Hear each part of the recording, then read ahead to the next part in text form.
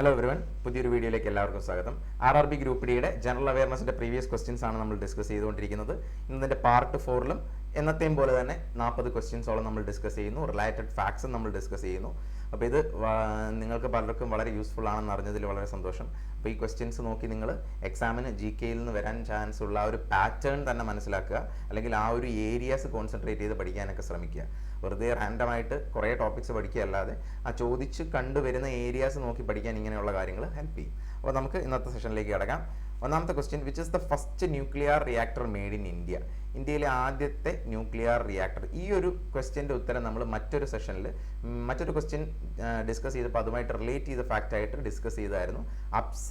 അപ്സരയാണ് ഇന്ത്യയിലെ ആദ്യത്തെ nuclear reactor, swimming pool reactor of India എന്നറിയപ്പെടുന്നു. 1956 ഇത് നിലവിൽ വരുന്നു. അപ്പോൾ ഇന്ത്യയിലെ ആദ്യത്തെ ന്യൂക്ലിയർ റിയാക്ടറിൻ്റെ പേര് മറക്കരുത്, അപ്സര. ഓക്കെ.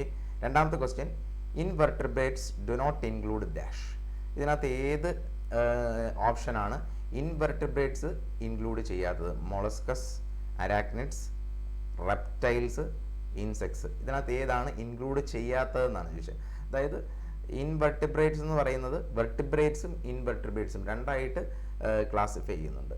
അപ്പോൾ ഇൻവെർട്ടിബ്രേറ്റ്സിലാണ് ഈ പറയുന്ന മൊളുസ്ക്, അരാക്നിഡ്, ഇൻസെക്ട്സ് ഒക്കെ വരുന്നത്. അതായത് നട്ടെല്ലില്ലാത്ത ജീവികൾ, cold blooded animals which they not have vertebra ഇല്ലാത്ത നട്ടെല്ലില്ലാത്ത ജീവികൾ. പക്ഷേ റെപ്റ്റൈൽസ് ആ ഒരു ഗണത്തിൽ പെടുന്നതല്ല, വെർട്ടിബ്രേറ്റ്സിൽ പെടുന്നതാണ് റെപ്റ്റൈൽസ്. നട്ടെല്ലുള്ള ജീവികളാണല്ലോ അല്ലേ. വെർട്ടിബ്രേറ്റ്സിലാണ് റെപ്റ്റൈൽസ് പെടുന്നത്, വെർട്ടിബ്രേറ്റ്സ്. അപ്പോൾ അത് ഓർത്തോളൂ. ഇത് ആനിമൽസിൻ്റെ ഡിഫറെൻറ്റ് ഫൈലംസ്, അതിൻ്റെ ഓർഗനൈസേഷനൊക്കെ പഠിക്കുമ്പോൾ അതിനകത്ത് വളരെ ഡീറ്റെയിൽ ആയിട്ട് പഠിക്കേണ്ട വലിയൊരു ടോപ്പിക്കാണ് ക്ലാസിഫിക്കേഷൻ ഓഫ് ഓർഗാനിസംസ് എന്ന് പറയുന്നത്. അപ്പോൾ അതിനകത്ത് നിന്ന് ജസ്റ്റ് ഈ ഒരു പഠിക്കുന്ന പോയിന്റുകളെങ്കിലും നോട്ട് ചെയ്ത് വെക്കാൻ ശ്രമിക്കുക. ഓക്കെ. അടുത്ത question, dash is composed of nerve fibres that mediate reflex actions and that transmit impulse to and from the brain. ബ്രെയിനിലേക്കുള്ള ഇമ്പൾസുകളെ ബ്രെയിനിലേക്ക് കടത്തിവിടുന്നത് ഏത് ഭാഗം കൂടിയാണ്? നമുക്കറിയാം, നമ്മുടെ നട്ടെല്ല് വഴിയാണ് അല്ലേ. അപ്പം നമ്മുടെ നട്ടെല്ലിലൂടെ നേരെ ബ്രെയിനിലെത്തും. അങ്ങനെയാണ് പ്രോസസ്സ് നടക്കുന്നത് നമുക്കറിയാം. അതിൻ്റെ ടെക്നിക്കൽ ടേംസ് മാത്രമാണ് പറഞ്ഞിരിക്കുന്നത്. Dash is composed of nerve fibres that mediates reflex actions and that transmit impulses to and from the brain. ഉത്തരം സ്പൈനൽ കോഡ്. എല്ലാവർക്കും അറിയുന്നത് തന്നെയാണ്. ടെക്നിക്കൽ ടേംസ് ആയതുകൊണ്ട് ചിലപ്പം സംശയം തോന്നിയാൽ മാത്രമേ ഉള്ളൂ. നാലാമത്തെ question, in the context of computers tracker balls is a dash device. Tracker ball എന്ന് പറയും. ഇൻപുട്ട് ഔട്ട്പുട്ട് ഡിവൈസസ് പഠിക്കുമ്പോൾ നമ്മൾ അറിയേണ്ടതാണ്. കമ്പ്യൂട്ടേഴ്സിൽ ട്രാക്കർ ബോളുകൾ ഇൻപുട്ട് ഡിവൈസാണ്. ട്രാക്കർ ബോൾസ് യൂസ് ചെയ്യുന്നുണ്ട്. മൗസിൻ്റെ കൂട്ട് തന്നെ യൂസ് ചെയ്യുന്ന മറ്റൊരു ഡിവൈസാണ് ട്രാക്കർ ബോൾസ്. അത് ഇൻപുട്ട് ഡിവൈസാണ്. ഓക്കെ. അഞ്ചാമത്തെ question, the Nipah virus outbreak in 2018 took place in which state? ഏത് സ്റ്റേറ്റിലാണ് Nipah virus outbreak 2018 നടന്നതെന്നാണ് question. ഇത് നമുക്ക് വളരെ പരിചിതമാണ്. ഇത് RRBയുടെ എക്സാമിന് ചോദിച്ചാണ്. മറ്റ് സ്റ്റേറ്റുകാർക്ക് ഒരുപക്ഷെ ഈ ഒരു ഉത്തരം ചിലപ്പം ഈ ക്വസ്റ്റ്യൻ വന്നിട്ടുണ്ടെങ്കിൽ കണ്ടുപിടിക്കാൻ പറ്റില്ല, അല്ലെങ്കിൽ പെട്ടെന്ന് അറിയാൻ പറ്റിയിട്ടുണ്ടാവില്ല. ഇത് നമുക്ക് അറിയുന്നതായതുകൊണ്ട് തന്നെ ഉത്തരം അറിയാം, Kerala. Nipah virus outbreak 2018. ആറാമത്തെ question, which state is the largest producer of gold in India? ഇതും എല്ലാവർക്കും പരിചിതമായ ഒരു ഉത്തരം തന്നെ ആയിരിക്കാനാണ് സാധ്യത അല്ലേ. എല്ലാവരും KGF ഫിലിമൊക്കെ കണ്ടിട്ടുള്ളവരായിരിക്കും.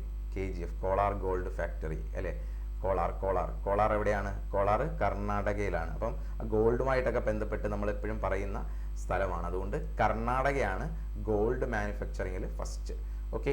അപ്പോൾ അടുത്ത question, which of the following is classified under kingdom Animalia? ഞാൻ നേരത്തെ പറഞ്ഞു, ഈ ആനിമൽസിൻ്റെ ഓർഗനൈസേഷനുമായിട്ട് ബന്ധപ്പെട്ട് കിങ്ഡം അനിമാലിയയുടെ സബായിട്ട് വരുന്നത്, അല്ലെങ്കിൽ അതിനുള്ളിൽ വരുന്നത്, അതിൻ്റെ അടിയിൽ ക്ലാസിഫൈ ചെയ്യുന്നത് ഇക്കൂട്ടത്തിൽ ഏതാണെന്നാണ്. അപ്പം മെറ്റാസോവ ആണ് റൈറ്റ് ആൻസർ. അപ്പോൾ ഇത് ഡീറ്റെയിൽ ആയിട്ട് എക്സ്പ്ലെയിൻ ചെയ്യേണ്ട ടോപ്പിക്കാണ്. അപ്പം നിങ്ങൾ ഈ ഒരു പോയിന്റ് മാത്രം ഇപ്പോൾ നോട്ട് ചെയ്ത് വെക്കുക, ആ ഒരു പോയിന്റ് പഠിക്കുക. അപ്പോൾ കിങ്ഡം അനിമാലിയയുടെ അണ്ടറിൽ തന്നെ വരുന്ന മറ്റൊരു ക്ലാസിഫിക്കേഷൻ, അല്ലെങ്കിൽ അതിൻ്റെ അടിയിൽ വരുന്നതാണ് മെറ്റാസോവ. പ്രോട്ടോസോവയൊക്കെ നമുക്ക് അറിയാം, ഇതുമായിട്ട് ബന്ധപ്പെട്ടതല്ല, കിങ്ഡം അനിമാലിയുമായിട്ട് ബന്ധപ്പെട്ടതല്ലല്ലോ. അപ്പോൾ ഉത്തരം മെറ്റാസോവ. ഈ ഒരു പോയിന്റ് മാത്രം നോക്കുക, കാരണം ഇത് കുറച്ച് ഡീറ്റെയിൽ ആയിട്ട് എക്സ്പ്ലെയിൻ ചെയ്യാനുള്ളതാണ്. അപ്പോൾ അങ്ങനെ നമ്മൾ എക്സ്പ്ലെയിൻ ചെയ്ത് ഓരോ ക്വസ്റ്റ്യൻസും പോകാൻ ഉദ്ദേശിക്കുന്നില്ല. അപ്പോൾ ഈ ഒരു ഉത്തരം മാത്രം മനസ്സിലാക്കി വെക്കുക. അടുത്ത question, Bering Strait connects dash. എന്തിനെയൊക്കെയാണ് ബെറിംഗ് സ്ട്രെയിറ്റ് കണക്ട് ചെയ്യുന്നത്? അപ്പോൾ ബെറിംഗ് സ്ട്രെയിറ്റ് എവിടെയാണെന്ന് ചോദിച്ചു കഴിഞ്ഞാൽ, ഇപ്പോൾ നമ്മുടെ ഏഷ്യയുടെ അല്ലെങ്കിൽ റഷ്യയുടെയും അതുപോലെ തന്നെ US-ൻ്റെയും ഇടയിലാണ്, റഷ്യയുടെയും യു എസിൻ്റെയും ഇടയിൽ. ഇവിടെ ഇങ്ങനെ റഷ്യ വരുന്നു, ഇവിടെ ഇങ്ങനെ യു എസ് വരുന്നു. അപ്പോൾ ഇതിൻ്റെ ഇടയിലാണ് ബെറിങ് സ്ട്രേറ്റ്, ഇവിടെയാണ് വരുന്നത്.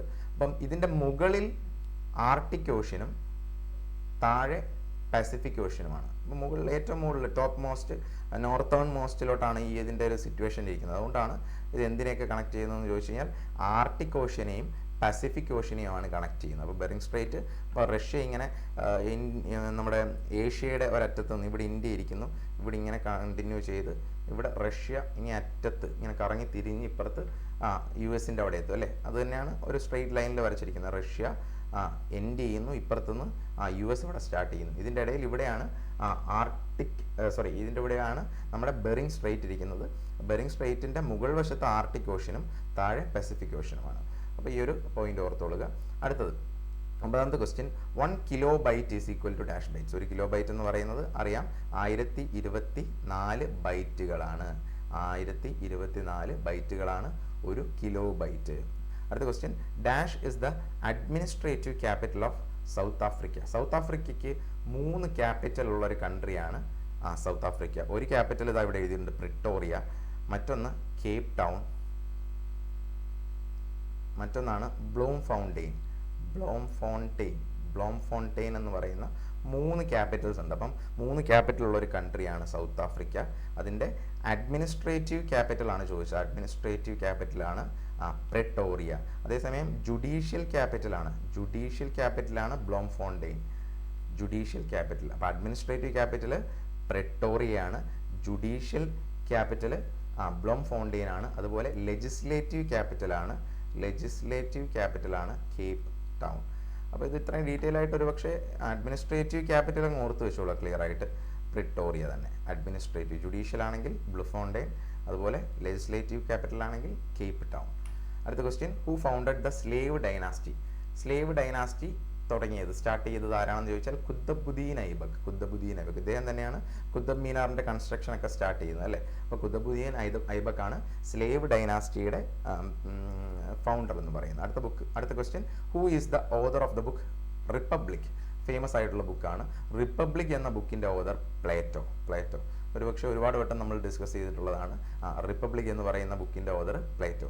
14ാമത്തെ question, 2022 Commonwealth Games are scheduled to be held in. ഇതും നമ്മൾ നേരത്തെ ഒരു ക്വസ്റ്റ്യൻ വന്നപ്പോൾ അതുമായിട്ട് ബന്ധപ്പെട്ട് വീണ്ടും റിലേറ്റഡ് ഫാക്ട്സിൽ പറഞ്ഞതാണ്, അത് വീണ്ടും ക്വസ്റ്റ്യൻ ആയിട്ട് വന്നിരിക്കുന്നത്. അപ്പം ഞാൻ നേരത്തെ പറഞ്ഞൊരു കാര്യം ഓർക്കുക, നമ്മൾ റിലേറ്റഡ് ഫാക്ട്സ് പഠിച്ച് തന്നെ ഓരോ ക്വസ്റ്റ്യൻസും എടുത്ത് പോകണം. നിങ്ങളൊരു ക്വസ്റ്റ്യൻ കാണുമ്പോൾ അതുമായിട്ട് ബന്ധപ്പെട്ട് കിട്ടുന്ന ക്വസ്റ്റ്യൻസ് ഒക്കെ കളക്ട് ചെയ്ത് പോകണം. കാരണം ആ റിലേഷനിൽ ക്വസ്റ്റ്യൻസ് ഒരുപാട് വന്ന് കാണുന്നുണ്ട്. അപ്പോൾ ഏറ്റവും കൂടുതൽ കോമൺവെൽത്ത് ഗെയിംസ് നടത്തിയ കൺട്രി ഏതാണെന്ന ക്വസ്റ്റ്യൻ ആയിരുന്നു അന്ന് വന്നിരുന്നത് ഇതിന് മുമ്പത്തെ സെഷനിൽ. അത് ഓസ്ട്രേലിയ എന്ന് നമ്മൾ പഠിച്ചു. 2018 അവസാനത്തെ കോമൺവെൽത്ത് ഗെയിംസ് നടത്തിയത് ഓസ്ട്രേലിയയിലെ ഗോൾഡ് കോസ്റ്റിലാണെന്ന് നമ്മൾ പറഞ്ഞായിരുന്നു. ആ ഫാക്റ്റിന്റെ കൂടെ നമ്മൾ ഇത് ഡിസ്കസ് ചെയ്തിരുന്നു. 2022 കോമൺവെൽത്ത് ഗെയിംസ് നടക്കാൻ പോകുന്നത് ബിർമിംഗ്ഹാം, യു കെയിലെ ബിർമിംഗ്ഹാമിലാണ് 2022 കോമൺവെൽത്ത് ഗെയിംസ് നടക്കാൻ പോകുന്നത്. അപ്പോൾ ഇത് പഠിച്ച ഫാക്ട് തന്നെയാണ്. അടുത്ത question, what is the full form of DHCP in networking system? നമ്മൾ പറഞ്ഞിട്ടുണ്ടായിരുന്നു അബ്രീവിയേഷൻസ്, മസ്റ്റായിട്ടും അബ്രീവിയേഷൻസ് പഠിച്ചിരിക്കണം. അപ്പോൾ അബ്രീവിയേഷൻസിൻ്റെ തന്നെ ഒരു വീഡിയോ നമ്മൾ നേരത്തെ ചെയ്തിട്ടുണ്ട്. അപ്പോൾ അത് കാണാത്തവർ ആ വീഡിയോ എടുത്ത് കാണുക. അതിനകത്ത് കുറേ ഇമ്പോർട്ടൻ്റ് ആയിട്ടുള്ള അബ്രീവിയേഷൻസ് ഡിസ്കസ് ചെയ്യുന്നുണ്ട്. അപ്പോൾ ഈ ഒരു ക്വസ്റ്റ്യൻ ശ്രദ്ധിക്കുക. DHCP കമ്പ്യൂട്ടറുമായിട്ട് ബന്ധപ്പെട്ട് IT-യുമായിട്ട് ബന്ധപ്പെട്ടാണ്. Dynamic host configuration protocol. ആണ് DHCPയുടെ ഫുൾ ഫോം. 16ാമത്തെ question, India's longest road cum rail bridge connecting Assam and Arunachal Pradesh. ആസാമിനെയും അരുണാചൽ പ്രദേശിനെയും കണക്ട് ചെയ്യുന്ന ഏറ്റവും വലിയ റോഡ് കം റെയിൽ ബ്രിഡ്ജ് ഏതാണെന്ന് ചോദിച്ചാൽ ബോഗിബീൽ ബ്രിഡ്ജ്. ഇതിൻ്റെ ഇനോഗ്രേഷനുമായിട്ട് ബന്ധപ്പെട്ട ന്യൂസുകളൊക്കെ നമ്മൾ നേരത്തെ കേട്ടിട്ടുണ്ടാകും കുറച്ച് മുമ്പ്.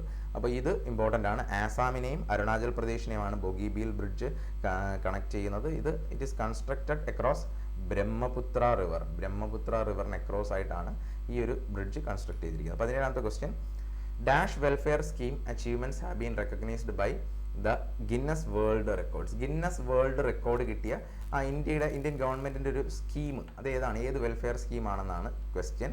അത് ന്യൂസിലുണ്ടായിരുന്ന ഒരു ഫാക്റ്റാണ്. പ്രധാനമന്ത്രി ജൻ ധൻ യോജന. അപ്പം ബാങ്ക് അക്കൗണ്ടുകൾ ഓരോരുത്തർക്കും, ഓരോ ഇന്ത്യൻസിനും ബാങ്ക് അക്കൗണ്ട്സ് ക്രിയേറ്റ് ചെയ്യുന്നതുമായിട്ട് ബന്ധപ്പെട്ട് ലോഞ്ച് ചെയ്ത ഒരു സ്കീമായിരുന്നു പ്രധാനമന്ത്രി ജൻ ധൻ യോജന. ഇതിനൊരു ഗിന്നസ് വേൾഡ് റെക്കോർഡൊക്കെ കിട്ടി. കാരണം 11.5 കോടി അക്കൗണ്ടുകളാണ് 4 മാസത്തിൻ്റെയോ 5 മാസത്തിൻ്റെയോ ഇടയിൽ അക്കൗണ്ടുകൾ ഓപ്പൺ ചെയ്തത്. അപ്പോൾ ആ ഒരു പെർസ്പെക്റ്റീവിൽ ഇതിന് ഗിന്നസ് വേൾഡ് റെക്കോർഡ് കിട്ടിയതാണ്. 2014 ലോഞ്ച് ചെയ്ത സ്കീമാണ് പ്രധാനമന്ത്രി Jan Dhan Yojana. Guinness World Record കിട്ടിയ ഒരു സ്കീമാണ്. 11.5 കോടി ബാങ്ക് അക്കൗണ്ട്സ് ആണ് ക്രിയേറ്റ് ചെയ്തത് വളരെ ചുരുങ്ങിയ സമയം കൊണ്ട്. 18ാമത്തെ question, dash is situated in Jammu and Kashmir. National പാർക്കിൻ്റെ ക്വസ്റ്റ്യൻ ആണിത്. അപ്പോൾ ദച്ചിഗാം നാഷണൽ പാർക്ക് ഏത് സ്റ്റേറ്റിലാണ് എന്ന് പഠിക്കണം. Dachigam national park. അപ്പോൾ നാഷണൽ പാർക്കുകൾ നേരത്തെയും പറഞ്ഞിട്ടുണ്ട്, വീണ്ടും വീണ്ടും നാഷണൽ പാർക്കിനെ ബന്ധപ്പെട്ട ക്വസ്റ്റ്യൻസ് കണ്ടുവരുന്നു. അപ്പോൾ നാഷണൽ പാർക്കുമായിട്ട് ബന്ധപ്പെട്ട എല്ലാ നാഷണൽ പാർക്സും മാക്സിമം പഠിക്കാൻ ശ്രമിക്കുക. 19ാമത്തെ question, which of the following is not an abiotic component. Abiotic components അല്ലാത്തത് ഏതാണെന്നാണ് ക്വസ്റ്റ്യൻ. ഇത് നമ്മുടെ എക്കോളജിയുമായിട്ട് ബന്ധപ്പെട്ട ഒരു ടോപ്പിക്കാണ്, അല്ലെങ്കിൽ ബയോളജിയിൽ തന്നെ ഇൻക്ലൂഡ് ചെയ്യുന്ന മറ്റൊരു ടോപ്പിക്കാണ്. ബയോട്ടിക് എന്നും അബയോട്ടിക് എന്നും കമ്പോണൻസിനെ രണ്ടായിട്ട് ഡിവൈഡ് ചെയ്യുന്നു. ബയോട്ടിക് എന്ന് പറയുന്നത് ജീവനുള്ളതുമായിട്ട് ബന്ധപ്പെട്ടതൊക്കെയാണ് ബയോട്ടിക് കമ്പോണൻസ്, ജീവനില്ലാത്തതാണ് അബയോട്ടിക്. അപ്പോൾ ഇതിനകത്ത് ഏതൊക്കെയാണ് അബയോട്ടിക് എന്ന് നോക്കാം. സൺലൈറ്റ് അബയോട്ടിക് ആണ്, സോയിൽ അബയോട്ടിക് ആണ്, ഗ്രീൻ പ്ലാന്റ് ജീവനുള്ളതാണ്, അതുകൊണ്ട് ഇത് ഈ കൂട്ടത്തിൽ വരില്ല. വാട്ടർ അബയോട്ടിക് ആണ്. അപ്പോൾ റൈറ്റ് ആൻസർ ഗ്രീൻ പ്ലാന്റ്. അപ്പം ബയോട്ടിക് എന്ന് പറഞ്ഞാൽ ജീവനുള്ളതിനെയാണ് ബയോട്ടിക് എന്ന് പറയുന്നത് അല്ലേ. ബയോട്ടിക് ജീവനുള്ളത്, അബയോട്ടിക് ജീവനില്ലാത്തത്.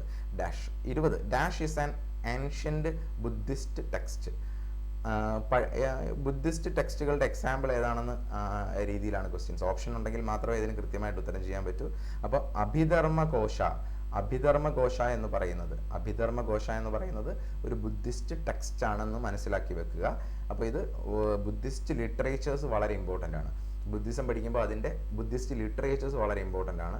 അവരുടെ ഡിഫറെൻറ്റ് ടെക്സ്റ്റുകളെ അറിയപ്പെടുന്ന പേരുകൾ, സുത്തപീഠക, വിനായ പീഠക, അഭിധമ്മ പീഠക, ഇതൊക്കെ നമ്മൾ ജസ്റ്റ് പറഞ്ഞിട്ടുണ്ട്. അപ്പോൾ അതുപോലെ ഒരു ബുദ്ധിസ്റ്റ് ടെക്സ്റ്റിൻ്റെ പേരാണ് അഭിധമ്മഘോഷ. ഓക്കെ, അടുത്ത question, operation greens is a government scheme for dash. Operation greens ഇത് എന്തുമായിട്ട് ബന്ധപ്പെട്ടതാണെന്ന് അറിഞ്ഞിരിക്കാനാണ്. ഓപ്പറേഷൻ ഗ്രീൻസ് എന്ന് പറയുമ്പോൾ തന്നെ എന്തെങ്കിലും വെജിറ്റബിൾസോ അങ്ങനെ എന്തെങ്കിലും ആയിരിക്കുമെന്ന് ചിന്തിക്കാൻ പറ്റും ഒരു പക്ഷേ. അത് അപ്പോൾ ഓർക്കുക, ഓപ്പറേഷൻ ഗ്രീൻസ് എന്ന് പറയുന്നത് സെൻട്രൽ ഗവൺമെൻറ്റിൻ്റെ ഒരു സ്കീമാണ്. അത് ടോപ്പ് ക്രോപ്സ് എന്ന് പറയുന്നത് ടൊമാറ്റോ, ഒണിയൻ, പൊട്ടറ്റോ, ഈ 3 ക്രോപ്സും ആവശ്യത്തിന് മാർക്കറ്റിൽ അവൈലബിൾ ആക്കാൻ വേണ്ടിയുള്ള ഒരു ഗവൺമെൻറ് സ്കീമാണ് operation greens. Supply stabilisation of top crops. ടോപ്പിൻ്റെ full form tomato, onion, potato. അടുത്ത question, which of the following is not related to central state relations in India. അപ്പം ഈ 4 കമ്മീഷൻസിൻ്റെ പേരാണ് തന്നിരിക്കുന്നത്. ഇതിൽ സെൻട്രൽ സ്റ്റേറ്റ് റിലേഷൻസുമായിട്ട് ബന്ധപ്പെടാത്ത കമ്മീഷൻ ഏതാണെന്നാണ് ചോദിച്ചത്. അപ്പോൾ ആ കമ്മീഷൻസ് അത് എന്തുമായിട്ട് ബന്ധപ്പെട്ടതാണ്, ഏത് വർഷമാണെന്നുള്ള കാര്യങ്ങളൊക്കെ നമ്മൾ പഠിക്കേണ്ടത് വളരെ അത്യാവശ്യമാണ്. അപ്പോൾ ഇതിനകത്ത് സർക്കാരിയ കമ്മീഷൻ സെൻട്രൽ സ്റ്റേറ്റ് റിലേഷൻസുമായിട്ട് ബന്ധപ്പെട്ടതാണ്, അല്ലെങ്കിൽ പുഞ്ചി കമ്മീഷൻ, അതുപോലെ രാജ മണ്ണാർ കമ്മീഷൻ, ഇതൊക്കെ സെൻട്രൽ സ്റ്റേറ്റ് റിലേഷനുമായിട്ട് ബന്ധപ്പെട്ടതാണ്. നമ്മുടെ ഉത്തരം എന്ന് പറയുന്നത് കൊത്താരി കമ്മീഷനാണ്. കൊത്താരി കമ്മീഷൻ എഡ്യൂക്കേഷണൽ കമ്മീഷനാണ്, എഡ്യൂക്കേഷനുമായിട്ട് ബന്ധപ്പെട്ടതാണ്. ഇതെല്ലാവർക്കും അറിയുന്നതായിരിക്കും. കൊത്താരി കമ്മീഷൻ അല്ലെങ്കിൽ അറിഞ്ഞിരിക്കണം. നാഷണൽ എഡ്യൂക്കേഷൻ കമ്മീഷൻ എന്നറിയപ്പെടുന്ന കമ്മീഷനായിരുന്നു കൊത്താരി കമ്മീഷൻ. അപ്പോൾ അതുകൊണ്ട് ഇത് കൊത്താരി കമ്മീഷൻ എഡ്യൂക്കേഷനുമായിട്ട് റിലേറ്റ് ചെയ്താണെന്ന് അറിയാമെങ്കിൽ ആ ഒരു പോയിന്റിൽ നിന്ന് നമുക്ക് ഈ ഉത്തരം കണ്ടുപിടിക്കാവുന്നേ ഉള്ളൂ. അത് സെൻട്രൽ സ്റ്റേറ്റ് റിലേഷനുമായിട്ട് ബന്ധപ്പെട്ടതല്ല. അടുത്ത question 24, down fold in a rock is known as. ഇത് ജോഗ്രഫിയുമായിട്ട് ബന്ധപ്പെട്ട ടേംസ് ആണ്. ഇപ്പോൾ റോക്കുകളുടെ സ്ട്രക്ചറുമായിട്ടൊക്കെ ബന്ധപ്പെട്ട് വരുന്നൊരു ക്വസ്റ്റ്യൻ ആണ്.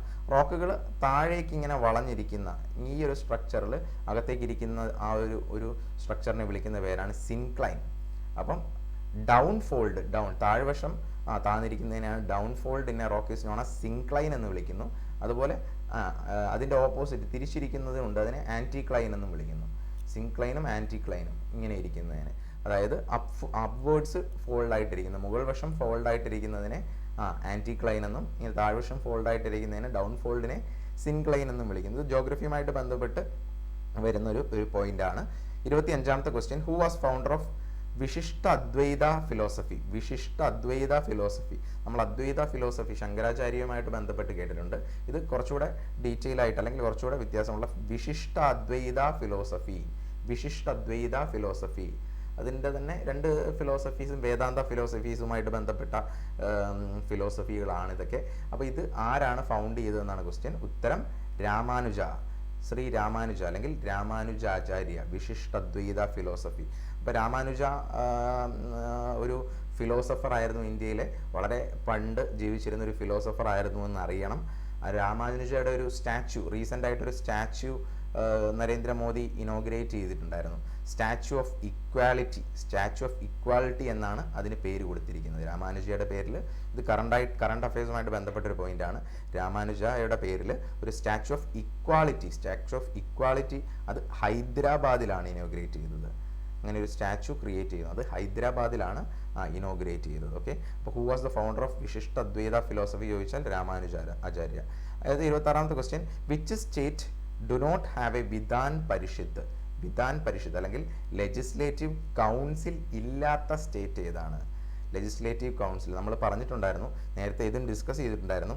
അപ്പോൾ നമ്മുടെ സ്റ്റേറ്റ് ഗവൺമെൻറ് നോക്കുമ്പോൾ ഒരൊറ്റ ഹൗസ് അല്ലേ ഉള്ളൂ, അതായത് ലെജിസ്ലേറ്റീവ് അസംബ്ലി മാത്രമല്ലേ ഉള്ളൂ, അസംബ്ലി. അതേസമയം കൗൺസിൽ ഇല്ല. ആ കൗൺസിൽ, അതാണ് പറയുന്നത്, ലെജിസ്ലേറ്റീവ് കൗൺസിൽ ഇല്ല കേരളത്തിൻ്റെ. അപ്പം ഓപ്ഷനിൽ കേരളം ഉണ്ടായതുകൊണ്ട് ഉത്തരം നമുക്ക് എഴുതാൻ പറ്റും. നമ്മുടെ കേരളയിൽ ലെജിസ്ലേറ്റീവ് അസംബ്ലി മാത്രമേ ഉള്ളൂ, കൗൺസിൽ ഇല്ല. പക്ഷേ എല്ലാ സ്റ്റേറ്റ്സിൻ്റെയും കേസിൽ ഇങ്ങനെയല്ല. കുറേ സ്റ്റേറ്റുകളിൽ ലെജിസ്ലേറ്റീവ് അസംബ്ലിയും ഉണ്ട്, ലെജിസ്ലേറ്റീവ് കൗൺസിലും ഉണ്ട്. നമ്മുടെ സെൻട്രലിൽ രാജ്യസഭയും ലോക്സഭയും ഉള്ളതുപോലെ. അപ്പോൾ ഇതിനകത്ത് ബാക്കിയുള്ള സ്റ്റേറ്റ്സ് ഒക്കെ കർണാടക, തെലങ്കാന, ബീഹാർ, മഹാരാഷ്ട്ര, ഇത് നമ്മൾ പഠിച്ചിട്ടുണ്ടായിരുന്നു. ബീഹാർ, മഹാരാഷ്ട്ര, ഉത്തരാഖണ്ഡ്, എഴുതി വെച്ചോണം, അറിയാത്തവർ എഴുതി വെക്കുക. തെലങ്കാന, ആന്ധ്രാപ്രദേശ്, കർണാടക, ഇത്രയും സ്റ്റേറ്റ്സ് ആണ് ലെജിസ്ലേറ്റീവ് കൗൺസിലും ലെജിസ്ലേറ്റീവ് അസംബ്ലിയും ഉള്ളത്, രണ്ടും ഉള്ളത് ഇത്രയും സ്റ്റേറ്റുകളാണ്. ഒന്നുകൂടെ പറയുന്നു, ഏതൊക്കെ സ്റ്റേറ്റ് ആണെന്ന് ഒന്നുകൂടെ പറയുന്നു. ബീഹാർ, മഹാരാഷ്ട്ര, ഉത്തരാഖണ്ഡ്, തെലങ്കാന, ആന്ധ്രാപ്രദേശ് ആൻഡ് കർണാടക. ഇത്രയും സ്റ്റേറ്റ്സിലാണ് ലെജിസ്ലേറ്റീവ് അസംബ്ലിയും ലെജിസ്ലേറ്റീവ് കൗൺസിലും ഉള്ളത്. അല്ലെങ്കിൽ അതിനെ വിളിക്കുന്ന ഒരു പേരാണ് ബൈ ക്യാമറൽ സിസ്റ്റം ഉള്ളത്.